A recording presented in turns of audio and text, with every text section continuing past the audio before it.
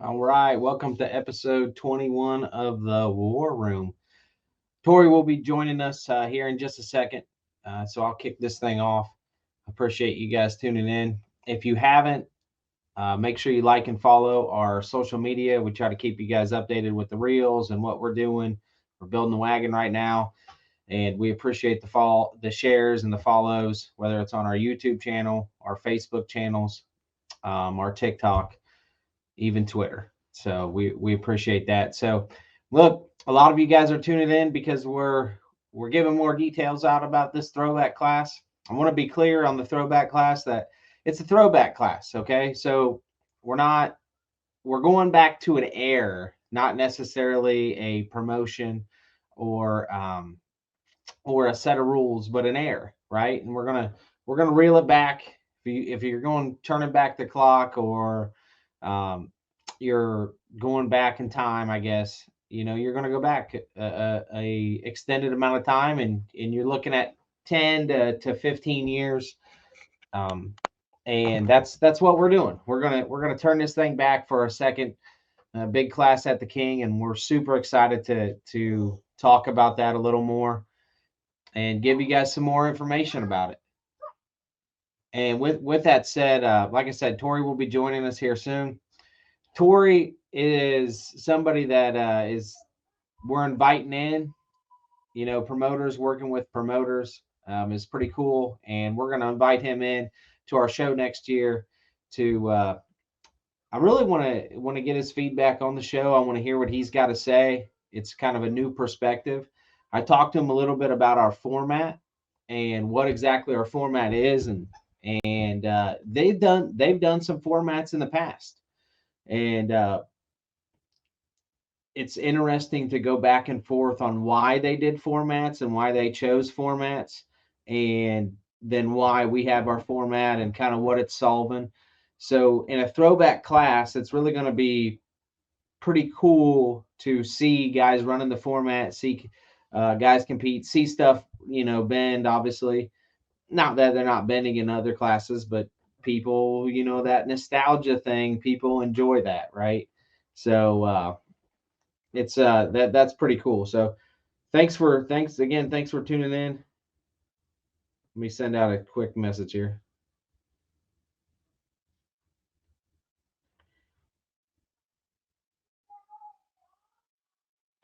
Sorry about that.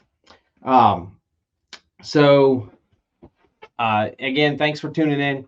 I will go into the format a little bit as we're waiting on Tory to hop in. I know he's getting to his house and connected to his Wi-Fi.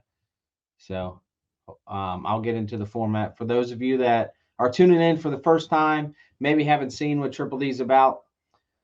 Our format exists for a couple reasons, but it ultimately exists for competition. It creates competition in which you actually have to beat cars. So in a demolition derby, most of the time that you dangle this carrot out. In our case, this year for our big class, it's 50,000, and we'll talk a little bit about what we're going to do with this throwback class. Oh, I got Tory joining. I think we're gonna go ahead and add him to the stage. Tory, you there? Oh, we lost him. Maybe it was me. He'll get back on. So I'll go into this format just a little bit more. Um, it's about competition. Oh, he's back. There, I just got to quit touching this thing and I'll be all right. I'm just trying to get the right angle. Angle of the dangle. How we doing today, everybody? Man, we're good. It's good to have you on here. I appreciate you coming on and spending some time with us. No problem. Let me get a little better light in here. There we go. Yeah, so there we go. Now you can see me.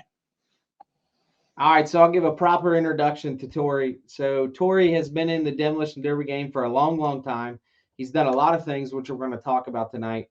But one of the biggest things that he did was he was the owner and operator of a Demolition Derby company for 10 years. He's the founder of Derby All Stars, we'll call it. Derby All Stars. There you go. He was the founder of We Crash and the founder of DDDA, right? Demolition Derby Drivers Association. Is that what that stands for? Yeah, and then WeCrash.com was the website for that. Okay, and WeCrash.com. Now, since you've sold these entities, right, and you went off into retirement. Yes, I've sold many, and some come back, like WeCrash.com and other entities. But yeah, it seems like it all keeps coming around. So But you are you're the founding guy of a lot of this stuff, and I don't want to step too far, but Tori, if there was a Hall of Fame, I'm sure it couldn't exist without your name in it. yeah, I just love the sport. I never really was trying to be the Godfather, the Hall of Fame, or anything like that. I just love the sport of demolition derby. I always thought it could be run better, and I knew I could do a better job, and so I did. A lot of people say they can do a better job, and not many people step up and actually do it and step into the role where you can put your butt on the line and have to make a lot of hard calls with guys with a lot of money on the line. And it was fun. It started off actually years ago with my Schutte racing team website, and my family just putting up pictures, showing guys how to build cars, showing the before and afters of Chevy wagons, and people just couldn't get enough of it. And Dustin, it was crazy. Actually, I just used the guest book. They used to have guest books on your Geo Cities page, and I used a guest book as the first classified ads for Demolition Derby, and got to know. You be quiet. That's my dogs in the background. Right. But I got to know people like Monty Stava, and Dave, Raptor Fab, and all those guys through some of the first ads ever posted in my guest book, and then that went on to become We Crash, and then next thing I know, I'm a promoter. Next thing you know, I'm out. Went fast, let me tell you. Well, you had an awesome 10-year run there, and I do want to get into kind of the pinnacle of the sport. I mean, there was a time there, Tori, that you were at the pinnacle of the sport. It was the Super Bowl. Your promotion company was the Super Bowl of Demolition Derby, and it wasn't even really debatable at that time. And it's really cool. I want to talk about some of those memories in that air. We'll call it the air, in the air of Yeah. Yeah, it was scary. It was scary. To put on the big more money, whatever we want to call it, show. That was my first show I ever promoted. Think about that. The first show I ever promoted was that show. I didn't get to cut my teeth on a county fair or anything else. The first one I was actually head honcho in charge of the damn thing was show, which is, Let's talk about that, because it's not often that I get to talk about this publicly with somebody else that's been in the game. There was a time when it was my first show and I just jumped right in just like you did. How scary was it for you? You mentioned it was scary. How scary was it for you? At the time, I actually took a $10,000 loan, home equity loan against my own home. I showed up with $10,000 cash and had to make sure I could pay the purse. That's so scary. Yeah, I sacrificed the home I was living in order to be able to make sure I could pay the purse. And that was always what I had to make sure I could do, was pay the purse. So Charlie Preen was running the show for years, and he took about $28,000 in entry fees and took off with all those guys' money. A lot of guys still had their cars built. And so me and Scott Gropp and Dave Guard all started it up and said, let's do it, with only about 2 weeks to go. Hi, it's my dog. You can tell she loves me. And so with only about 2 weeks to go before the show, I think it was maybe 3 weeks even, Scott Gropp set a lot of the backwork stuff up. Me and Dave got to going on rules, and we made it happen. And it was a great show. We ended up with like 53 cars at the first one. And then the very next year, it literally went from never promoting to the very next year, I was the biggest, largest promoter in the entire nation, and had, two in Spring Explosion, Fall Brawl, and Metal Mayhem at the time were the three biggest shows. And then from there, it went nuts. Let's just refer to that as the air of that, the ore. But yeah, it is crazy. And then obviously, you're in promoting for 10 plus years. There's ups and downs. It seems like you can't have a show without ticking somebody off, right? And in today's world, I got to deal with it with social media. And fortunately, I mean, there's cameras for everything now that you can go back through when people say you make bad calls. So you've been through it all, man. You've been through the ups, downs, people hating you, people, all that stuff, huh? Hated me. I never knew anybody hated me. I thought they all loved me. When you know damn well that when you put this cap on, it comes with hatred. It's just like Absolutely. you're a bullseye for some reason, and I never quite understood that because without promoters, uh, you don't.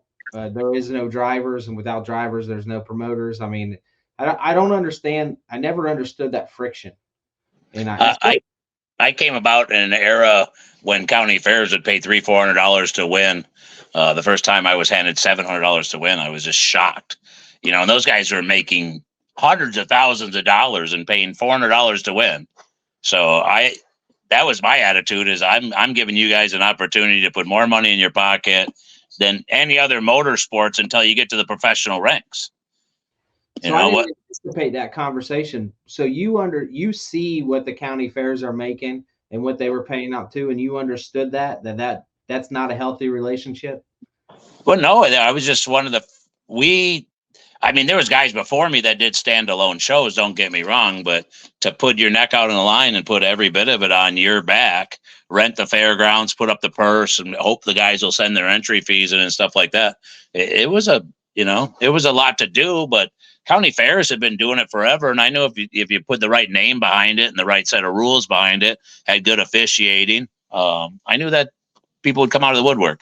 My phone is blowing up today with people I can't believe. I won't even say names, but just legends of the sport that are hitting me up saying, "Let me know, I'm in." So it's really Let's makes me feel good, like I may have done something right along the line.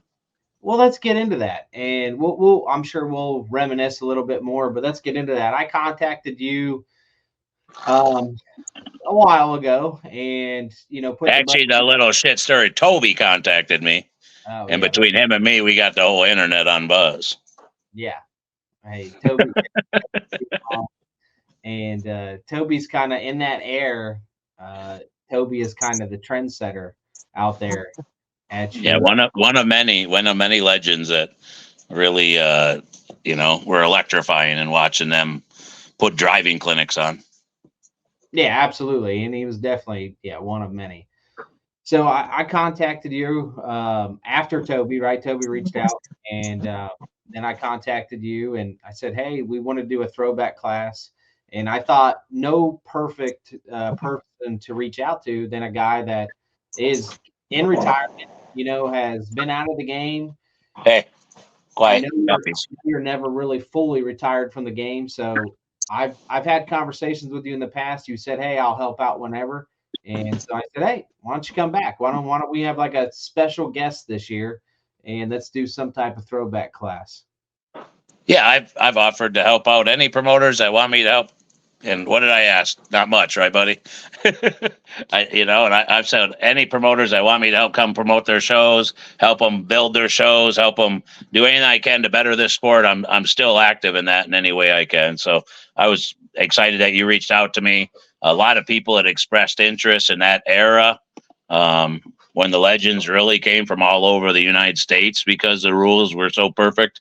And I've been hearing that rumblings for a long time, and literally from every corner of the United States, all wanting to do the same thing. And so it was funny that Toby and you guys reached out and said, "Hey, let's go back to that era when the legends all came out and see if we can see some of the greats battle it out in this new format." And I really like your new format.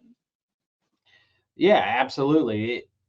I was thinking the same thing. Now we got to think about, hey, how do we get them to Ohio? Because Ohio has the stigma, right? You said it yourself, all hard cars, this and that. Um, but we want these guys to come to Ohio this time, and we want them to feel comfortable coming to Ohio and competing in these nostalgia throwback rules because we run a format. And I explained the format to you. You loved it. I'm going to go through it real quick here just for the sake of everyone watching. So our format, if you guys are new to Triple D, we've been running it 3 years. It's been very successful. It does a couple things. It starts to address the issues that we have in Demolition Derby that forever have been issues, right? Sandbagging, teaming, and lack of competition. So at our show, we're going to put a multiple of 3. So probably in this class, there's going to be 9 to 12 cars on the track. You're going to be in groups of 3. You don't know when you're getting drawn. Okay. So we draw you right before the heat, and you don't know who you're running against. But what I will tell you is that it is very intense. It's about competition, and you're going to be as competitive as you're ever going to be in this circumstance. So we draw 3 cars. This is how it goes. We draw 3 cars. We paint their pillars one color. So let's say it's green. And we do that, let's say 3 more times for the heat. So now you have a total of 9 cars on the track. You're not worried about anyone except your color. You have to beat the other 2 guys that are, let's say, green, and that's it. Whether you beat them in 2 minutes or you beat them in 20 minutes. And, Tory, when I was pitching this 3-4 years ago, Toby was actually one of the first guys that I ever reached out to. He said he absolutely loved it. And he came on board and helped us out for the first couple years. This makes you compete, man. These guys are thinking about coming to Ohio, they don't have to think about coming in and running in against a group of people. They don't have to think about running against a group of people in the feature because there's limited people in the feature. Very limited. Very limited. That was great. These guys 25 cars, right? 25 cars. Perfect. It'll actually, because we'll take 60 cars for this class. You'll never get 60 to actually show up. So let's call it 45, right? That pass inspection and show up. Now you're taking a multiple of 3 because you're running heats. So let's say you're going to have 15 cars in the feature. You run a couple consies, and our consies are always going to be harder than our heats. So what these guys got to realize is that it doesn't pay to break your stick. You're going to run against 2 cars, and you only have to beat 2 cars to make our feature. But if you go to the consi, you're going to have to beat 5. You're going to have to beat maybe 8 cars. So it depends on how many people actually, get their cars ready for the consi. But it's always going to be at least twice as hard as it was in the heat. So it doesn't pay any dividends to do that. Love it. I love it. And it truly figures out who the drivers are. You always find out who the drivers are when it gets down to the end of the feature. Well, this is like literally getting down to the top 3 at the end of the feature and figuring out who the drivers are right now. It takes all the politics out of it, all the bull crap out of it. To be honest with you, I really like the format. I only saw 2 problems with it. Is that you guys in Ohio like to build too much and too much welding, and this lighter build will be I think it'll be twice the show that you guys have with your weld cars, just because stuff will bend and break and fold up a lot quicker. And then, oh my God, the black cars got to go. So if we just paint some nice cars up, red, blue, and white, and green, and yellow, anything but black, oh my God, is that the only paint they sell out there, buddy? I'm telling you right now, when I was growing up, people told me if you paint your car flat black, it makes it harder. And that's yeah, you just blend in. Yeah, you just, that's what you do. And I like that. I like that you pointed that out, and I like that that's what you were about back in the day. So we are going to continue that tradition. You won't have black cars in this throwback heat, which will be pretty cool. Yeah, and if you're going to pursue any type of television shows for your demolition derby, you got to get rid of black cars. They don't. You can barely tell what's going on if you especially at nighttime. The cars just all blend into one. So, just in the interest of entertainment and possible television contracts, you got to get away from the black cars. You're 100% right. And who knows when we're going to turn over that leaf? In conversations all the time. So at some point, hopefully we do that. Hold on just a second here. I got my little one.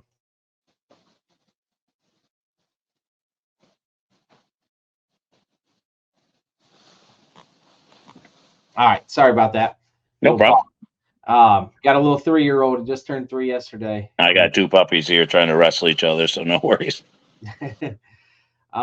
So back to where we were at with the black cars and you said you saw two problems. I'm telling you right now, man, we've ran this thing. This is no longer like a sales pitch. I'm not trying to sell you on anything. We've Oh got no, it's a proven product. Yeah, we've got 3 years of obviously the product on display. Our heats, man, are in our king class are averaging under 15 minutes. Everybody's trying to do that, right? In the entire country. Our heats are averaging under 15 minutes, man. And that's in those hard cars. Yeah. That's incredible how fast they were bending and how quick the action is pushed. There was a few people messing around that I saw, but they got told real quick, hey, let's wrap it up. Yeah, absolutely. Now, back in the day, I know you guys put like pink balloons on cars. And Nothing worked. Nothing worked. The only thing I ever did, pink balloons and X's and all of that crap, you could shame them all the way to the trophy. They don't give a damn. The only thing that ever worked for me was time limits. That was when you put a 20-minute clock on them and reduce their payout at 30 to 0 and they didn't make the feature, whether the clock was 20 or 30, but the time clock was the only thing that ever pushed the pace that I've ever truly found out that worked. I heard something real recently, and it came from Kansas, and I wish I could give the guys credit. They started taking lug nuts away. Chad Markley mentioned it, but I don't know if Chad did it or if somebody else did it. They started taking lug nuts, like front lug nuts. So if they stopped the Derby, they took two, or then, obviously you get down to one lug nut or two lug nuts, you're in trouble. You got to drive even softer with no lug nuts. Maybe. Look, all the I'm not saying that ain't a great idea. I think it's genius, but yeah, I don't know what to do. But to just say, hey, you only have to kill these people, and the amount of money that you're going to have going in there, and used up cars and stuff, I think it's going to be a great feature any way you slice it. Yeah, and look, it's taken a little while for people to catch on to it, but I'm telling you, the people who run it, the people who watch it, they like it. They like it, and they say the only thing that I've heard people say is you can't fix the feature, and I argue with them, man. I'll argue with them till I'm blue in the face. And the reason or how we fix the feature is we limit the feature. We don't let all the friends in. We don't give out 25 Mad Dogs in a heat or in the consi. We don't let half the consi come. Like it's you win to get in this feature for this big money. That's it. Yeah, you don't have 40 cars out there and 10 friends working together. We got some questions coming in, so I want to make sure I address these. So James says, so you only try to take out your color, then one car per color left per heat goes to the feature. That's correct. So if we have 9 cars on the track, there's going to be 3 sets of colors, and only one car per set of color moves on. That's it. It doesn't matter your friends, your foes, whatever. Like you're there for yourself to compete against these other 2 drivers. And if you beat them in 2 minutes, or it takes, our longest heat ever was 45 minutes with a group of 3. That was our first or second year. It was awful. It was terrible. But for the most part, I mean, our heats are obviously averaging under 15 minutes. Yeah, it was quick pace, and I saw a little bit of teaming where you knew a couple of guys were working together, but then instantly they had to turn on each other, so it was a short-lived teaming, and then they had to turn around and take each other out, so it was a perfect scenario. It's like, okay, you still got to take that guy out. I never understood that, and because you do see that a little bit, and it's like, man, if I'm on the track, there is no way I'm passing a shot up on anybody that I'm against if I know I guess them. it would, but I think the one time I saw it, it was like 2 wagons, and there was a Crown Vic or something out there, and it was like, let's take that guy out, so we'll be at least equal, so we can maneuver. Why you wouldn't want to work with the Crown Vic to take the other wagon out, and then the Crown Vic would tear you apart, So I think they got together and took the little car out, and then they were equal, which made sense. But yeah, you can't rid it all, right? You're trying to better it. Put them in a Trust me, these Derby guys will figure out a way. They'll figure out a way in every scenario. They'll figure out a way. Yeah, and that's their job, right? Our job is to enforce the rules. Their job is to find a way around the rules. Herd the cats. It's inevitable. So let's So to recap on that, just for guys that are just tuning in or just catching the back end of this, we're going to be having a throwback class at our King event in 2024. Tory's going to be joining us, which is going to be really cool. And when we say throwback, we're going to be putting together a set of rules that's in an air of basically pre-protectors. I mean, the protectors were just starting to happen. There was no hump plates. You had some down leg stuff, 5-on, 5-off trunks, and it was all a mix. The new school, what's really cool about this is the new school was just becoming a thing. And now, obviously, I think you fast forward 15, 16 years or 14 years, whatever it is, from that era, the new school is probably going to be a little more prevalent. But one thing you guys didn't deal with back then, Tory, or maybe it was later on in your reign there, is 03s. No, we didn't have many O3s trying to come because we didn't have any rules that allowed them to do anything. So most of them weren't bringing them because they were exploitable like an Imperial would be. And I noticed you guys didn't run Imperials back then. What's the reasoning for that? I just saw Imperials as being a show killer.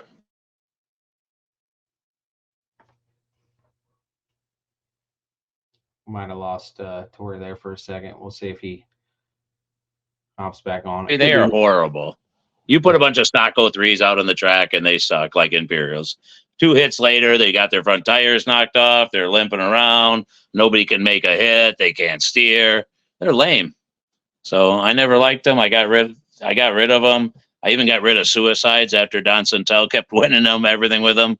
And I'll tell you right now, I'm pretty confident Don's cars were legal, but so many people just had it in their head they weren't, that it just drove them absolutely insane.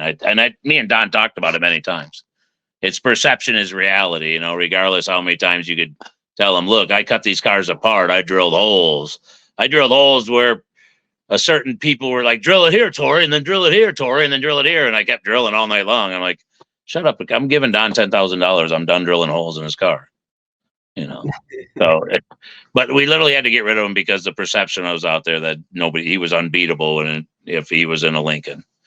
And one, Butchie's an amazing driver, and Scott Kohler was helping him build and had great motors, and they just had a winning combination at that time. And he was doing it in a car that no one else was doing it in, which was pretty cool. He thought outside of the box. A lot of those guys would run those Lincolns, Suicides, were Mad Dog guys, right? He actually got the Mad Dog and made the feature and won the feature. He got the Mad Dog in the heat. Nice. That year. When you watch him roll in that Suicide, you'll see pink paint on his car because he's a Mad Dog, not because he was a sandbagger.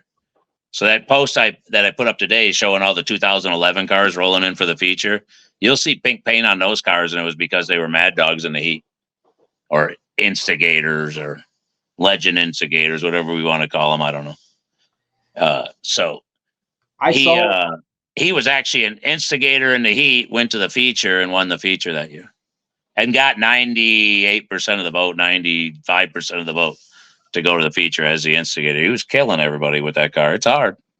They're hard. Oh yeah, for sure. I remember was it MGM? Who was that? Like a yellow Mike G, bro. Okay. Yeah. See, I was just getting into this back then. I remember certain things, and this kind of go back memory lane. I remember like Troy Tagg and those boys coming from Cali in a semi. 58 Mercury Turnpike Cruisers and crazy old Galaxies and stuff. Yes. I mean, that type of stuff. I was a lot younger, back then, but that type of stuff, it was like must-see TV. It was really cool to see the drivers promote your event. And they were promoting your event because it was, one of obviously the biggest in the country. It was the Super Bowl. But it was cool to see that. I mean, Toby and those guys broke the internet with the Fords. Yeah. Tell me a little bit about that. How interesting was that? I'm sure it didn't just go kosher when they showed up with those. Well, Rutherford years ago, John Rutherford knew that they were really hard cars, and he came to Mayhem and just about won and won. And so everybody knew they were hard cars. And Ohio had some stuff figured out with tilting and everything else that a lot of the other nation didn't. Mike Decker, credit Mike Decker. And so there was some stuff coming out of Ohio that nobody else saw. And so when they came out, Toby just started putting it on everybody at Mayhem that year. And it was precision driving. He actually would sit there and pick on the corner of a wagon until he rolled the leaf spring up. And then once he got the leaf spring to roll, you know, he'd hit it a couple of punches in the back door and then roll the leaf up. I mean, you watch that little Crown Vic wheel around some people that couldn't get their wagon or didn't have gears in their wagon, obviously. And Toby exploited them. And people were like, oh, just eyes wide open, like, I can destroy a wagon with a Crown Vic that I can get for free at this time or a couple $100. So people's minds were blowing when they saw Toby just destroying people with them. And if you watch Butchie pull in there with his suicide, I'm not giving any tips away here. Look at all those suicides roll in. They look like V's in the front, you know, their bumpers were rolled up into their radiators. Where Butchie's bumper was always way, way lower in his suicide than anybody else's. I mean, below that crossbar in a lot of ways. Inches lower than everybody else's. You don't think that made a huge difference in driving down on tires and not just folding straight up? But people were, they were too. What's that? The width of his bumper and what it covered. It was wider. I mean, you look at some of those Sueys that rolled into that feature, they got bumpers on them that not even getting to the tires. Right. And he's good enough driver that he didn't have to worry about his tires or his bumper being low. He wasn't going to let anybody clear his radiator, you know, so he would roll in with lower than anybody else would have ever. So all those other guys were worried about getting cleared and would put their bumpers as high up as they could, took their leverage up high and folded those things into their radiator before the feature. He's rolling in straight and perfect. Like, figure it out. It's all angles. It's those legends back then figured everything out. And the cream always rose to the top. You know? Bob Whitaker being another one that built just amazing cars and drove every one of them. Clean builds too, super clean builds on his. Now, Bob told me he would come over here on a lighter build, so I'm going to hold him to it, Tory. Oh, he will. You know, how much time you want to weld on? The guy runs 1 million shows every year. He's got to stay light.